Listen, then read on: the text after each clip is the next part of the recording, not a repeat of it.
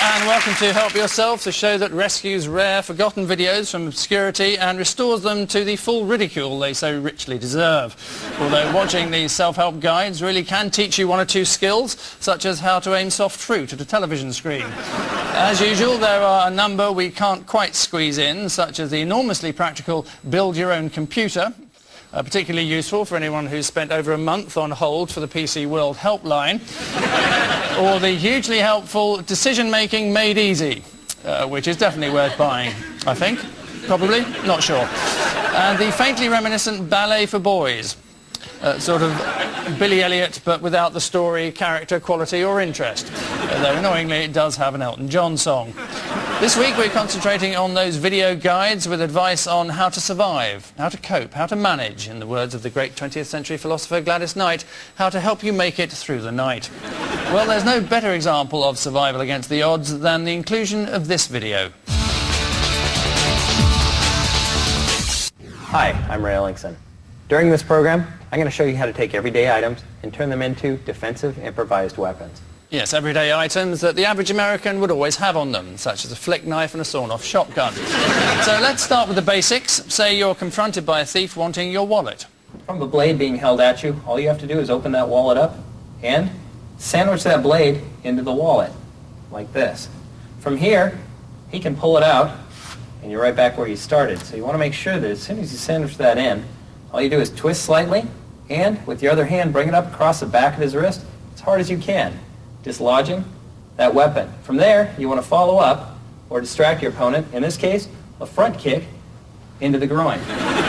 From there, you've got control of the weapon and the situation. That is until he takes out his wallet and gets the knife back from you. So it all depends on who's got the most wallets. And bear in mind he is a mugger, so it's almost certainly him. Now, to be fair, lift muggings aren't that common, but what about the far more everyday occurrence of people being mugged on a plane? What are your options here? Well, you could always give him your wallet. I mean, what's he going to do? Head for the duty-free trolley and buy a plastic replica of the plane? You might feel that this is a rather far-fetched scenario, but if you've been on the EasyJet flight to Alicante, it'll be all too familiar. Of course, worryingly, 8 hours later, your assailant could be the other side of the world. Even more worryingly, he'll still be sitting next to you. But what if you don't have a coat to turn into a weapon? Well, you can always do the obvious thing and use your boots as boxing gloves.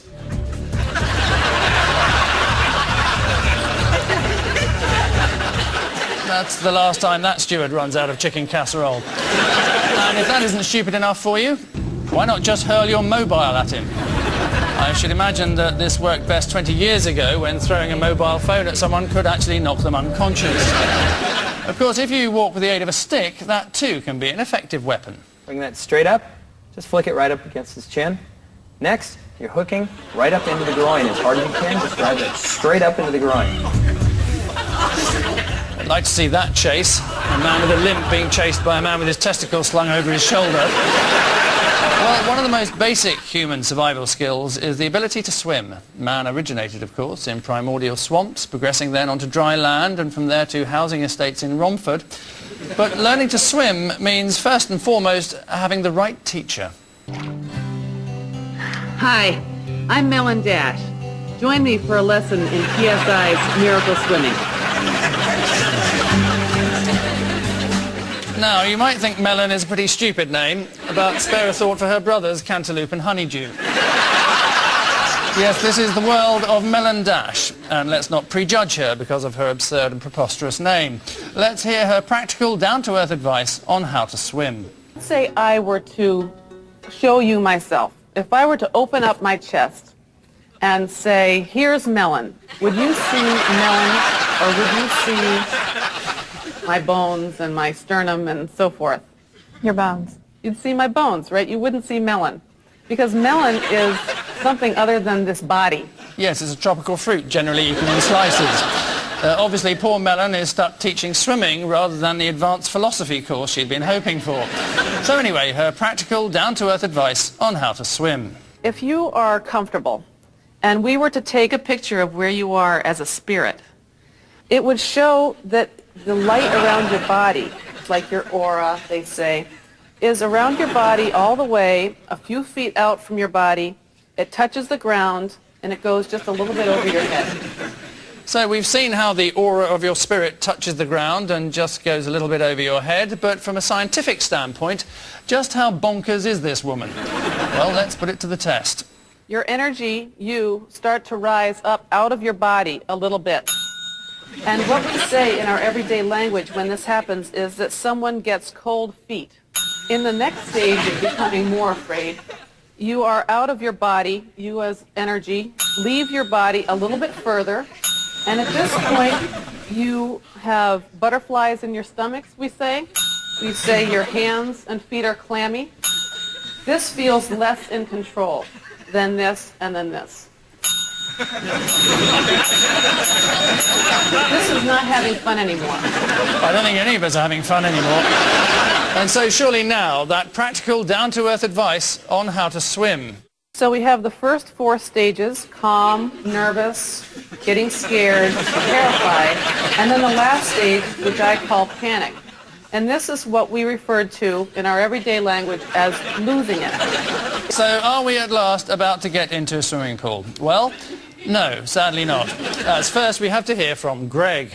If I relax in water, I'll drop to the bottom like a stone. We'll be finding out today whether or not that's true. And if it is true, Greg will unfortunately drown. This is the surface of the water. And here's the bottom of the pool. Some people float like this, with their feet on the bottom. Otherwise known as standing. And a few people don't float. Otherwise known as drowning. But now, finally, it's time to get into that pool. Obviously, the water holds you up, but I never understood that. And now that man's in the pool, happy as anything, especially when he gets to that special place by the hot water vent. There it is then, Miracle Swimmer. Presumably so named because if it ever teaches anyone to swim, it'll be a miracle.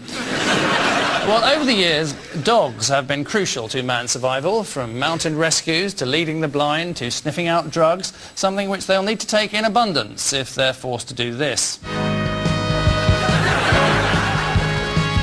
Hello, I'm Sandra Davis, and this is Pepper. Dancing with your dog is the generic term for what has become known as canine freestyle, a dog and hammer activity that originated in Canada in 1991. Canada, of course, a sparsely populated country with long winter evenings and very, very little to do. Still, I'm sure you can barely contain yourselves, so let's see some honest, wholesome dog dancing. Hi. Hi. Front. Back. Front. Back. Twist.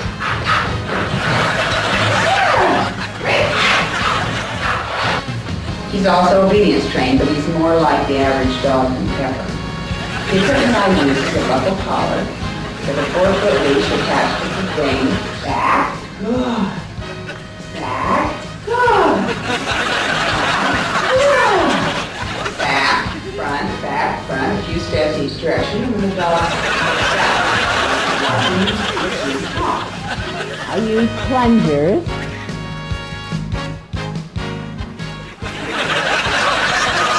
Rope.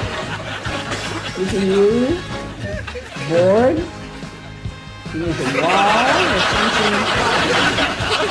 something. So that's enough rehearsal. Now it's showtime.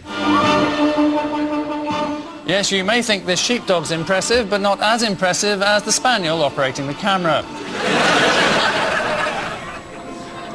Yes, holidaymakers trapped in a departure lounge will watch anything. We regret to announce that since the making of this video, Sandra has brought another one out. Of course, one of the most popular pastimes in the United States is killing people. So no prizes for guessing why, to help you survive over there, you might need this. The art of fast draw.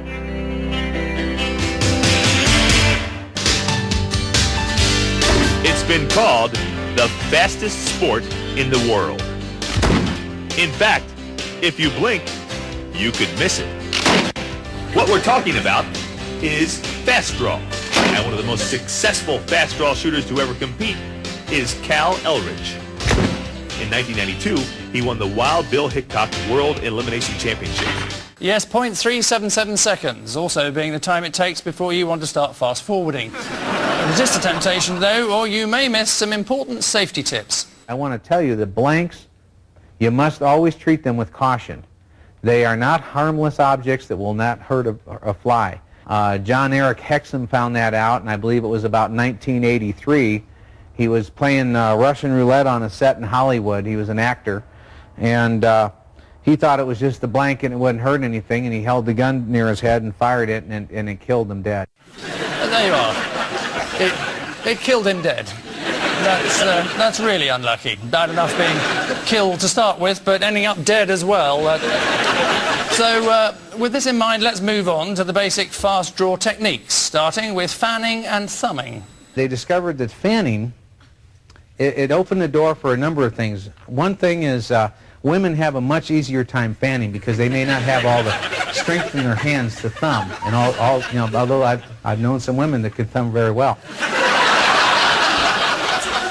I bet he has, which brings us rather appropriately to Cal's favourite thing of all. Slapcocking is actually a combination between thumbing and fanning. You actually get the best of both worlds.